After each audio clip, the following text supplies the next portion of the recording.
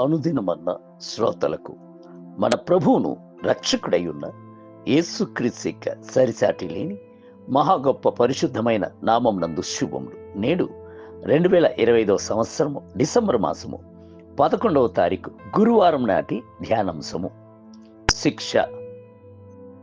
హెబ్రీయులకు రాసిన పత్రిక 12వ అధ్యాయము 11వ వచనం నందు ప్రస్తుతమందు సమస్త శిక్షయు దుఃఖకరముగా కనబడునే గాని సంతోషకరముగా కనబడదు, అయినను దాని యందు అభ్యాసము కలిగిన వారికి అది నీతియును సమాధానకరమైన ఫలమునిచ్చును. శిక్ష ఎవరిను కోరుకొనరు, అయితే ఒక మనుషుడు బాగుపడుటకు శిక్ష అవశ్యమై ఉన్నది. దేవునికి శిక్ష అనున్నది ఒకవేళ ఆ సమయం నందు బాధాకరముగా ఉండవచ్చును, అయితే రానున్న కాలం నందు అది మనకు ఆశీర్వాదకరమైనదిగా మారుటను చూచెదము. మనము మన పిల్లలను బెత్తము చేత శిక్షించున్నాము. దానికి ముఖ్య ఉద్దేశము ఆ పిల్లల యొక్క మేలులకే. అదే సమయం నందు పెద్దలను ఎలాగూ శిక్షించుట, ప్రభుత్వము దానికి సంబంధించిన పలు విధముల అపరాధములను, దండనలను, చెరసాలను ఉంచి ఉన్నది. అయినను అంతరంగమునందు చేయుచున్న పాపములను, ప్రభుత్వం యొక్క కనులను కప్పి చేయుచున్న రహస్య చర్యలను విస్తారముగా ఉన్నాయి. వాటి నుండి ఒక విశ్వాసిని త్రిప్పుటకు గల మార్గము ఏమిటి?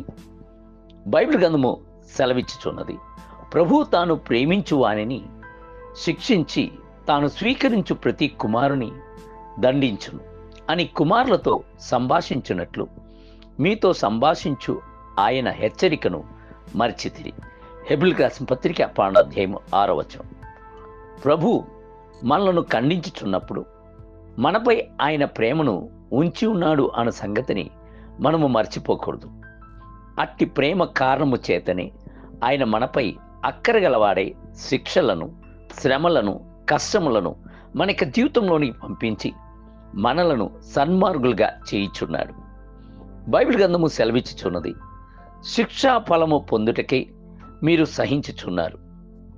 దేవుడు కుమారులుగా మిమ్ములను చూచుచున్నాడు. తండ్రి శిక్షింపని కుమారుడెవడు? కుమారులైన వారందరూ శిక్షలో పాలు పొందుచున్నారు. మీరు పొందని ఎడల దిగ్భుజులే గాని కుమారులు కారు. మరియు శరీర సంబంధులైన తండ్రులు మనకు శిక్షకులై ఉండిరి. వారియందు భయభక్తులు కలిగి ఉంటిమి. అట్లయితే ఆత్మలకు తండ్రి అయిన వానికి మరి ఎక్కువగా లోబడి బ్రతకవలను కదా. హెబ్రీయులకు రాసిన పత్రిక 12వ అధ్యాయం 7 మొదలుకు 9 వచనములు.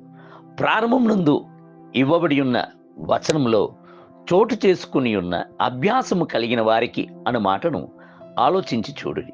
అవును, శిక్ష ద్వారా ప్రభు మనలను అభ్యాసము చేయించుచున్నాడు. పరిశుద్ధమైన మార్గంలో నడుచుటకు మనకు బోధించుచున్నాడు. ఆలోచనకర్త ఉన్న దేవుడు శిక్ష ద్వారా మనకు నేర్పించుచున్న మంచి పాఠం కలదు. అట్టి పాఠములను మనము ప్రారంభమునందే గైకున్నట్లయితే అది నిత్యరాజ్యమునకు మనము వెళ్ళి చేరేంత వరకును మనకు చాలిన కాపుదలను దయచేయును. దేవుని బిడ్డలారా, ప్రభు యొక్క శిక్షను అల్పముగా తలంచుకుడి.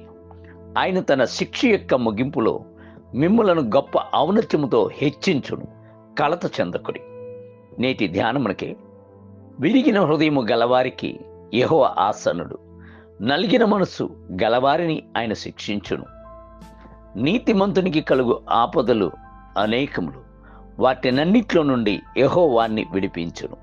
34వ కీర్తన 18 మరియు 19 వచనము. నేటి వేద పట్టణము ఉదయము హోషేయ గ్రంథము 5, 6, 7 మరియు 8 అధ్యాయములు.